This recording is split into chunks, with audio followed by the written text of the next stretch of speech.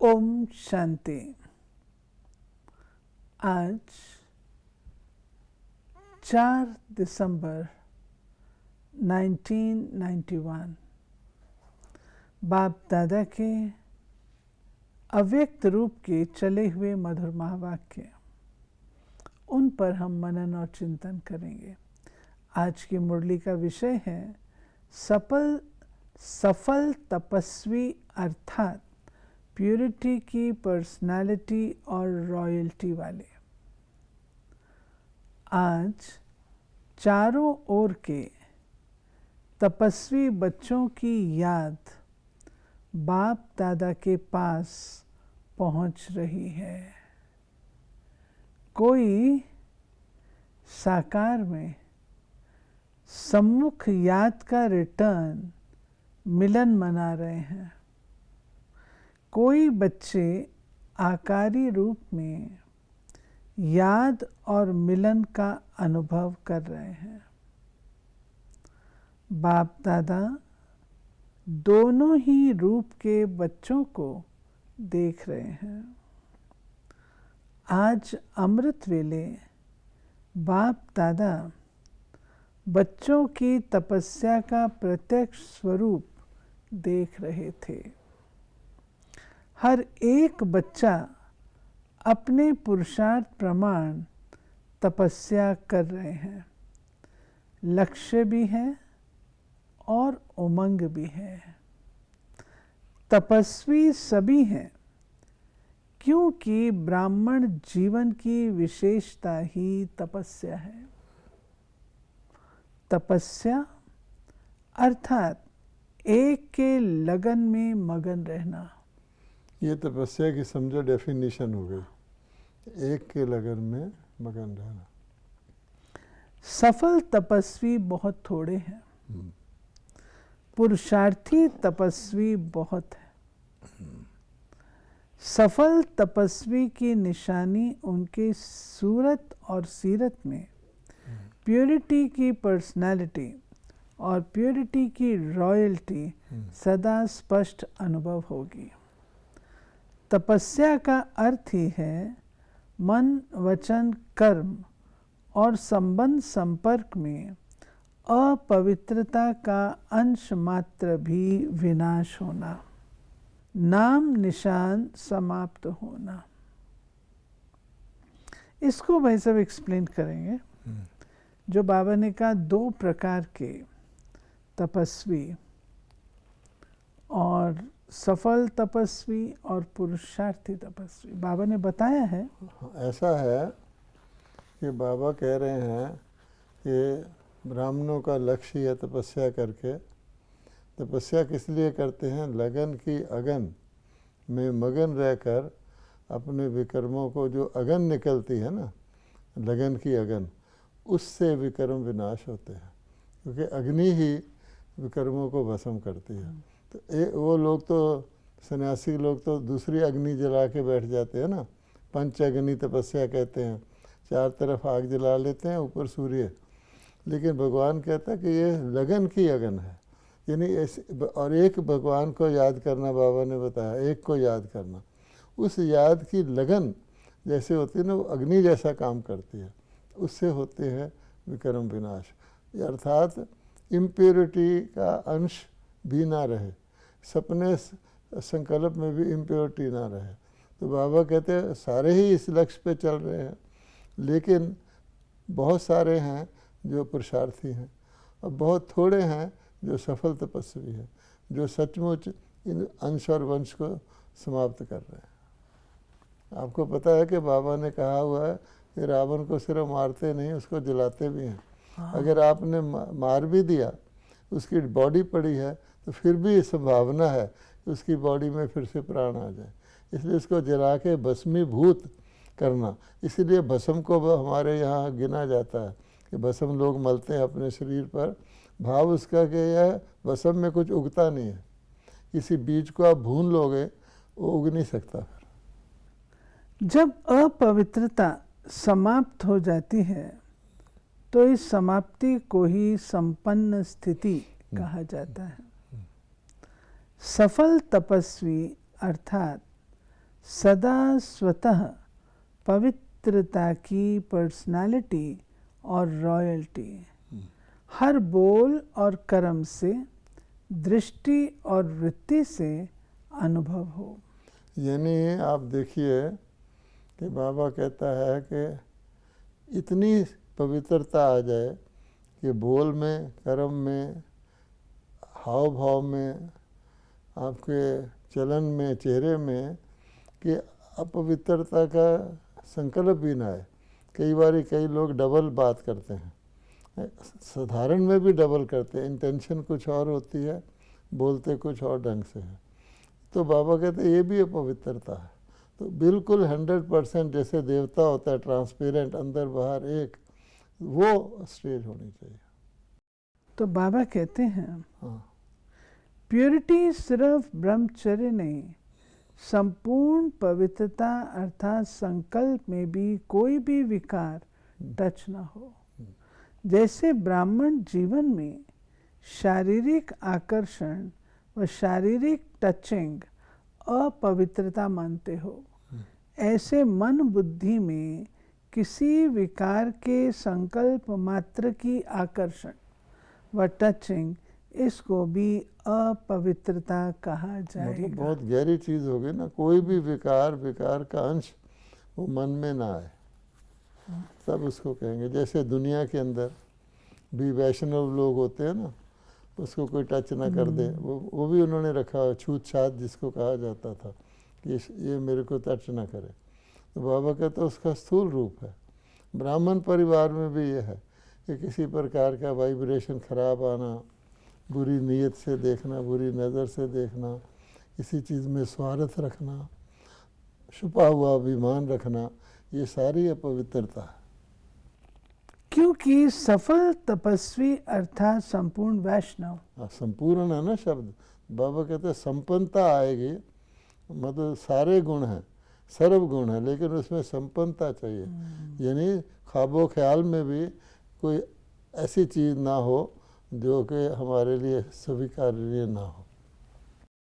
वैष्णव कभी बुरी चीज को टच नहीं करते हैं, तो उन्हों का है स्थूल, आप ब्राह्मण वैष्णव आत्माओं का है सूक्ष्म।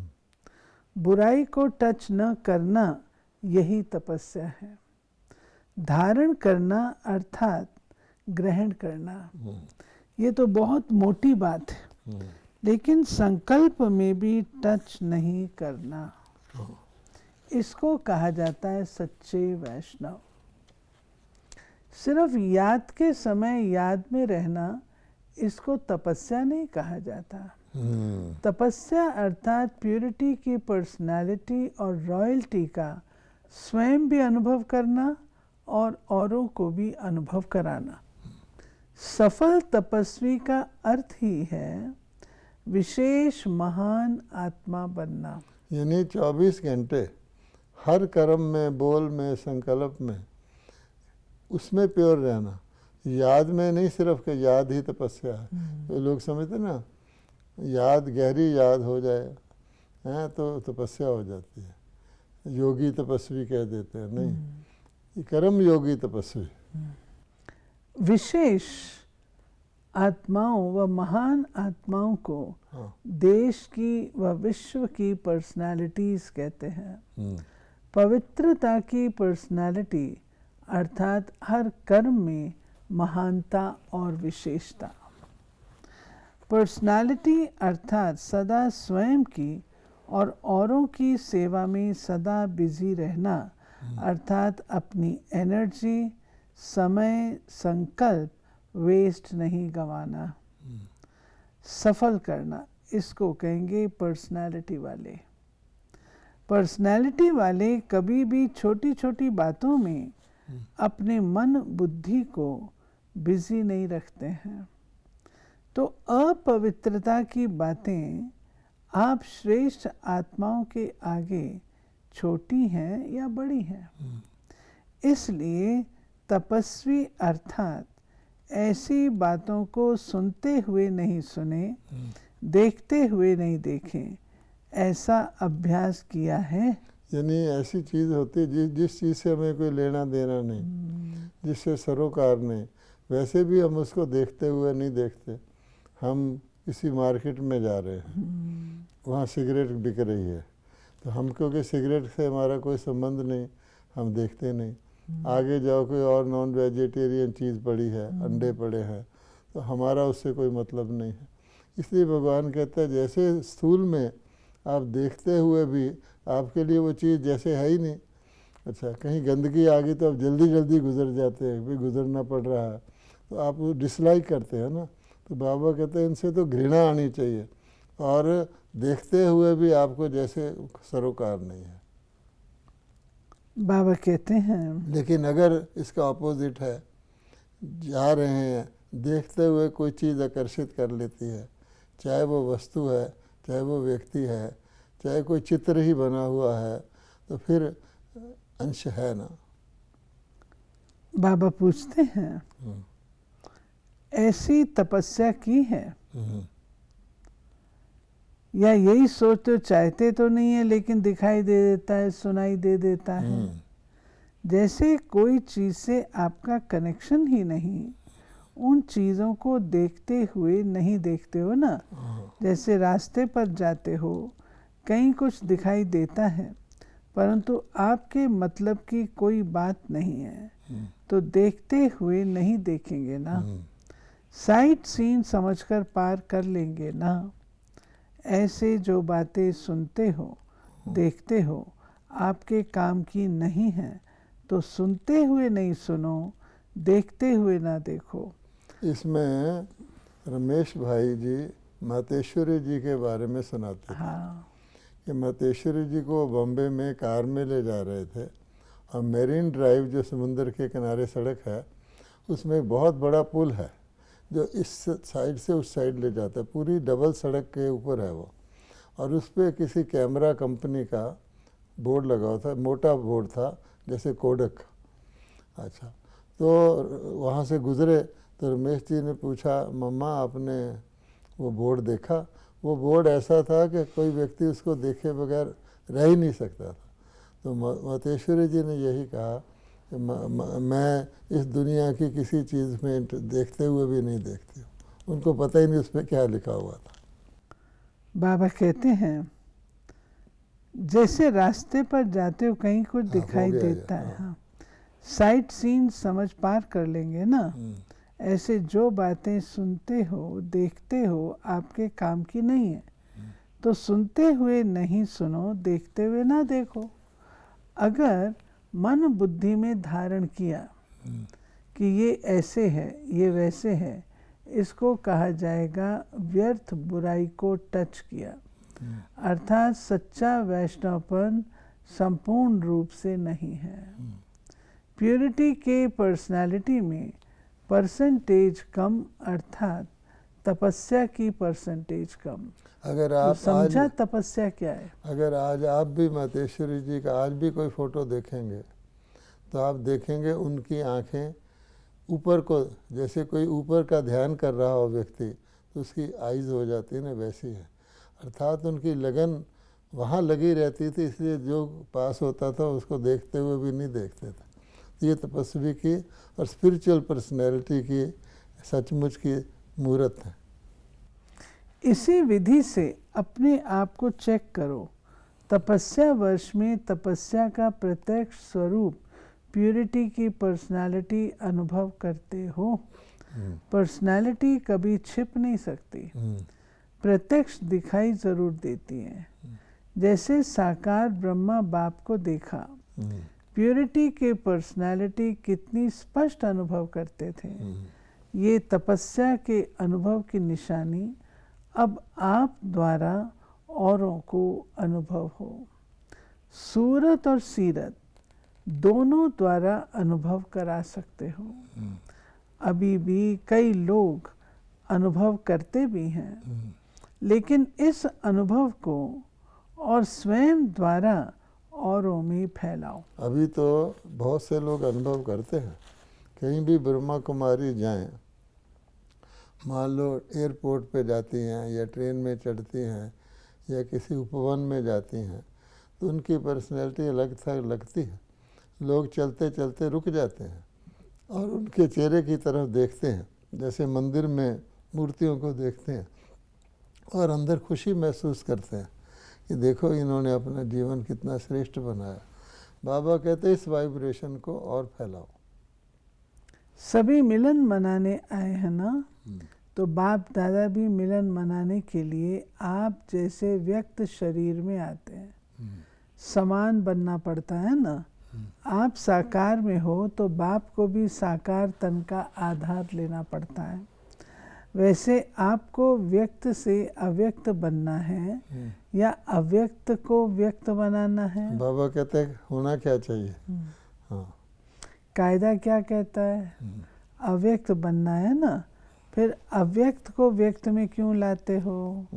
जब आपको भी अव्यक्त ही बनना है तो अव्यक्त को तो अव्यक्त ही रहने दो ना। अव्यक्त मिलन के अनुभव को बढ़ाते चलो। आज जो मोहिनी बहन थी माउंट आबू की, उनकी 4th एनिवर्सरी है। तो आज जब भोग लगा तो संदेशी ने उनको कहा कि सब माउंट आबू वाले आपको याद कर रहे हैं। तो उसने यही कहा, तो उनको कहो ना यहीं आकर मेरे से मिल लें, अर्थात कि मुझे नीचे क्यों लाते हो। अव्यक्त भी ड्रामानुसार व्यक्त में आने के लिए बांधे हुए हैं, लेकिन समय प्रमाण, सर्कमस्टेंस प्रमाण अव्यक्त मिलन का अनुभव बहुत काम में आने वाला है।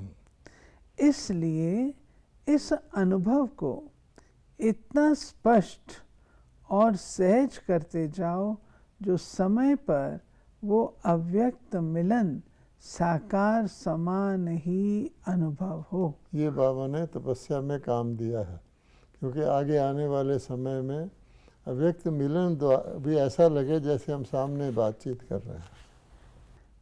अंतिम पेपर का क्वेश्चन ही ये आना है, नष्टो मोहा स्मृति स्वरूप। समर्थी स्वरूप। तो अंतिम पेपर के लिए सभी तैयार होना ही है। रिहर्सल करेंगे ना, जोन हेड को भी चेंज करेंगे। अच्छा, चारों ओर के सफल तपस्वी आत्माओं को सदा प्योरिटी की पर्सनालिटी में रहने वाली, सदा प्योरिटी की रॉयल्टी में रहने वाली, सदा सच्चे संपूर्ण वैष्णव आत्माएं, सदा समय प्रमाण स्वयं को परिवर्तन करने वाले विश्व परिवर्तक, ऐसे सदा योगी, सहज योगी, स्वतः योगी महान आत्माओं को बाप दादा का याद, प्यार और नमस्ते। अब देखिए, बाबा ने कहा योगी, सहज योगी, सदा योगी, यानी जो चीज़ सदा रहनी हो वो सहज होनी चाहिए, नहीं तो सदा रह ही नहीं सकती। तो मुरली के अंदर बाबा ने बताया कि केवल याद करने का समय वही योग नहीं है, वही तपस्या नहीं है, 24 घंटे, और वो भी मनसा वाचा कर्मणा। बाबा ने ये जो कहा है ना कि चेंज करेंगे, हाँ, ये एक बार बाबा ने प्रोग्राम कराया, हाँ, जो बहनों के सेंटर्स चेंज कराए थे। कोई कहाँ गया था, कोई कहाँ गया था, कोई कहाँ गया था। यानी फैक्ट तो यही है ना, बाबा ने कहा तेरा कहा तो तपस्या, और मेरा कहा तो तपस्या भंग। हमको चार्ज मिले हुए हैं, हमको सेंटर मिले हुए हैं, रिस्पॉन्सिबिलिटी मिले, पर उसको हम हर वक्त तेरा कह के चलें। हम एक सेकंड में, जिसको कहते हैं नष्टो मोहा समर्थी स्वरूप, तो बाबा कहता है कि एक घड़ी में हमको छोड़ना पड़े तो हमें उसमें कशिश ना आए। जैसे ब्रह्मा बाबा का एग्जाम्पल है। ब्रह्मा बाबा जब 69 में अव्यक्त हुए हैं, उस समय तो विदेश में एक सेंटर भी नहीं खुला था। अब ब्रह्मा बाबा सारे जगत के पिता, तो ब्रह्मा बाबा को संकल्प चल सकता था ना कि देखो मैं अभी तो मेरा पार्टी शुरू हुआ है, 69 कहाँ, और अभी तो भारत में ही बहुत जगह सेंटर नहीं खुले, मैं प्रजापिता कैसे नहीं। क्योंकि नष्टो मोह समर्थी स्वरूप थे, तो बाबा कहते हैं शारीरिक कर्म भोग था, उसको 1-2 मिनट लगे, कर्म योग ने उस पर विजय पा ली, लेकिन ये तो नहीं कहा ना कि मैं नहीं जाता, तो संकल्प भी नहीं आया। ऐसे मातेश्वरी जी हैं, उनको तो समय से पहले पता लग गया था कि आपको शरीर छोड़ना, तो भी उनको संकल्प नहीं आया। तो बाबा कहते हैं ऐसी निरसंकल्प अवस्था हो, किसी चीज़ को मेरी ना समझें, तब हम भगवान के बच्चे हैं। यूँ ही हमने मेरा कहा, जैसे मेरी प्रॉपर्टी हो गई, मैं इंचार्ज हो गया, तो उसमें बोझ आ जाता है, वो खुशी नहीं आ सकती। फिर बाबा पार्टियों से मिले, सभी तपस्वी आत्माएं हैं, ऐसा अनुभव करते हो? तपस्या अर्थात एक बाप दूसरा ना कोई, ऐसे है या दूसरा कोई है? अभी भी कोई है? कोई व्यक्ति या कोई वैभव, एक के सिवाय और कोई नहीं, या थोड़ा थोड़ा लगाव है? निमित्त बनकर सेवा करना वो और बात है, लेकिन लगाव जहाँ भी होगा, चाहे व्यक्ति में चाहे वैभव में, लगाव की निशानी है, वहाँ बुद्धि ज़रूर जाएगी। हाँ, बाबा कहते हैं आप देखेंगे, आपको चेक करना चाहिए कि मेरी बुद्धि कहाँ जाती है, तो आप देखेंगे जहाँ लगाव होगा वहाँ जाएगी। किसी को न्यूज़ सुनने का शौक़ होगा मान लो, तो उसकी बुद्धि अवश्य वहाँ जाएगी, और जो न्यूज़ वो सुनेगा वो भी उसके कई संकल्पों को चलाएगी। अगर निष्काम है, बाबा भी न्यूज़ सुनता पढ़ता था, उन दिनों रेडियो होता था और अखबार होता था, तो बाबा सिर्फ हेडलाइन देखता था, वो भी सेवार्थ, कि पोप बॉम्बे में आया है या कोई ऐसी बात है। तो इसलिए बाबा कहता है कि लगाव नहीं था। तो लगाव में फिर आप जब उड़ना पड़ेगा तो वो पकड़ लेगा, जिसको बाबा कहते हैं ना किनारा, वो आपको, किसी को उड़ने वाले के पंछी के अंदर आप रस्सी भी बांध दो छोटी सी, उड़ नहीं सकता। तो चेक करो सारे दिन में मन और बुद्धि कहाँ कहाँ भागते हैं। हाँ, सिवाय बाप और सेवा के और कहाँ तो मन बुद्धि नहीं जाती। अगर जाती है तो लगाव है। अगर व्यवहार भी करते हो, जो भी करते हो, वो भी ट्रस्टी बनकर, मेरा नहीं तेरा, मेरा काम है, मुझे ही देखना पड़ता है, मेरी जिम्मेवारी हो, ऐसे कहते हो कभी? क्या करें, मेरी जिम्मेवारी है, निभाना पड़ता है, करना पड़ता, कहते हो कभी? या तेरा तेरे अर्पण, मेरा कहाँ से आया, ये बोल भी नहीं बोल सकते हो। मुझे ही देखना पड़ता है, मुझे करना पड़ता है, मेरा ही है, निभाना ही पड़ेगा, मेरा कहाँ ये हाँ, और बोझ हुआ। हाँ, अब भक्ति में भी ऐसे होता है ना, मेरा मुझ में कुछ नहीं, सब कुछ है उतोर, तेरा तुझको सौंपते क्या लागे है मोर, कहते हैं। लेकिन जो ही कोई चीज़ का लॉस होता है या कोई चीज़ हटाई जाती है, छिनती है, तो कहते हैं अरे मेरा ये भगवान, हाय भगवान क्यों ले लिया। तो कहते हैं अभी भी ऐसे तो नहीं करते। मेरा है, बाबा कहते हैं बाप का है, बाप करेगा, मैं निमित्त हूँ, तो हल्के। हाँ, बोझ उठाने की आदत तो नहीं है ना। मेरा मानना माना बोझ उठाना, थोड़ा सा किनारा करके रखा है, समय पर काम आएगा। पांडवों ने थोड़ा बैंक बैलेंस, थोड़ा जेब खर्च रखा है। ये बाबा ने कहा है कि ज़रा सा जेब खर्च रख लेते ना, शायद समय पर काम आए, वो भी गलत है।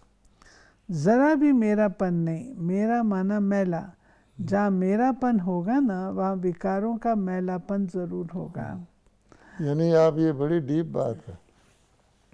अगर किसी भी चीज़ में जो भगवान की दी हुई है मेरापन होगा, तो क्या होगा कि कोई ना कोई विकार, चाहे वो अभिमान हो, चाहे वो लोभ हो, वो ज़रूर, क्रोध आ जाएगा, ये ज़रूर होगा। कई जैसे दुकानों पे सेल्समैन होते हैं, मान लीजिए कपड़े की दुकान पे सेल्समैन है। अच्छा, अगर वो ये समझता है मैं सेल्समैन हूँ, मालिक का कपड़ा बेचता हूँ, जो बिक गया ठीक है, वो नहीं। अगर सेल्समैन के अंदर थोड़ा सा लोभ का खोट आ जाए कि वो नापने में थोड़ा थोड़ा कम नाप के दे, और ये सोचे कि मालिक का तो पूरा कर दिया, बाकी मेरा हो गया, ऐसे होता है ना। पहले वक्त में आप देखेंगे कोई कपड़ा लेता था तो लास्ट जो पीस होता था ना, उसमें कुछ एक्स्ट्रा भी हो वो फ्री दे देते थे कि भाई ये तो इसके साथ जुड़ा हुआ है। लेकिन आजकल वो उसको भी काट के रख लेते हैं, क्योंकि फ़र्क आ गया, नीयत में फ़र्क आ गया, ग्रेस नहीं रही। तो बाबा कहते हैं तो तपस्या अर्थ तैरते रहेंगे, तेरा है तो क्या होगा, तैरते रहेंगे, डूबेंगे नहीं। हाँ। तैरने में तो मजा आता है ना, तो तपस्या अर्थात तेरा, मेरा नहीं। आपकी नाव भी, जीवन नैया भी तैरती रहेगी, डूबेगी नहीं। देखो ड्रामानुसार अपने यादगार स्थान पर पहुंच ही गए, नहीं तो पाकिस्तान से आबू में आना ये तो स्वप्न में भी नहीं आ सकता था। ड्रामा में यादगार यही था तो कैसे पहुंच गए। अपने यादगार को देख हर्षित होते हैं। दिल वाला मंदिर है ना माउंट आबू में, अचल रहना, और अचलगढ़ भी माउंट आबू में है। और दिल वाला मंदिर में तो 108 कोठड़ियाँ बनी हुई हैं जिसमें योग अवस्था में सब बैठे हैं, और छत में स्वर्ग के सीन भी बने हैं। तो बाबा कहते हैं कहाँ पाकिस्तान। उस वक़्त कोई ख्याल था कि हम जाएंगे भारत में, और जाएंगे भी आबू में जहाँ हमारा यादगार है। उस स्थान पे पहुँच गए। जैसे विदेशी भी कहाँ कहाँ के देश वाले अपने माउंट आबू में पहुँच गए। बाबा कहते खुशी होती है ना। कोई मुश्किल बात तो नहीं है ना। तो बाबा कहते हैं कोई भी चीज़ को हिलाते रहो तो मेहनत, मुश्किल भी, सीधा रख दो तो सहज है। ऐसे मन बुद्धि द्वारा हलचल में आना कितना मुश्किल होता है। मन बुद्धि एकाग्र हो जाती तो कितना सहज होता है। अभी हलचल में आना पसंद ही नहीं करेंगे, अच्छा नहीं लगेगा। आधा कल्प हलचल में आते थक गए। तन की भी हलचल, मन की भी हलचल, धन की भी हलचल। तन से भटकते रहे, कभी किस मंदिर में, कब किस यात्रा में, कब किस यात्रा में। मन परेशानियों में हलचल में आता रहा। धन में तो देखो कभी लखपति तो कभी कखपति। अनेक जन्मों की हलचल का अनुभव होने कारण अभी अचल अवस्था अति प्रिय लगती है, इसलिए दूसरों के ऊपर रहम आता है। शुभ भावना, शुभ कामना उत्पन्न होती है, ये भी अचल हो गए। अचल स्थिति वालों का विशेष गुण होगा रहम दिल। सदा हर एक आत्मा के प्रति दातापन की भावना है। ऐसे मास्टर दाता बने हो कि दूसरे को देख घृणा आती है, रहम आता है, दया भाव आता है, दातापन की स्मृति आती है। या क्यों क्या उत्पन्न होता है। आप सबका विशेष टाइटल है विश्व कल्याणकारी। तो विश्व कल्याणकारी है, उसको हर आत्मा के प्रति कल्याण की भावना होगी। कभी भी घृणा भाव, द्वेष भाव, ईर्षा भाव, ग्लानि का भाव उत्पन्न नहीं होगा। ये देखो बाबा ने जो भाव बताए हैं ये बड़े इम्पोर्टेंट है। किसी के लिए भी ये उत्पन्न नहीं होगा, रहम ही उत्पन्न होगा। इसको कहा जाता विश्व कल्याणकारी आत्मा। बस सदा कल्याण का भाव हो।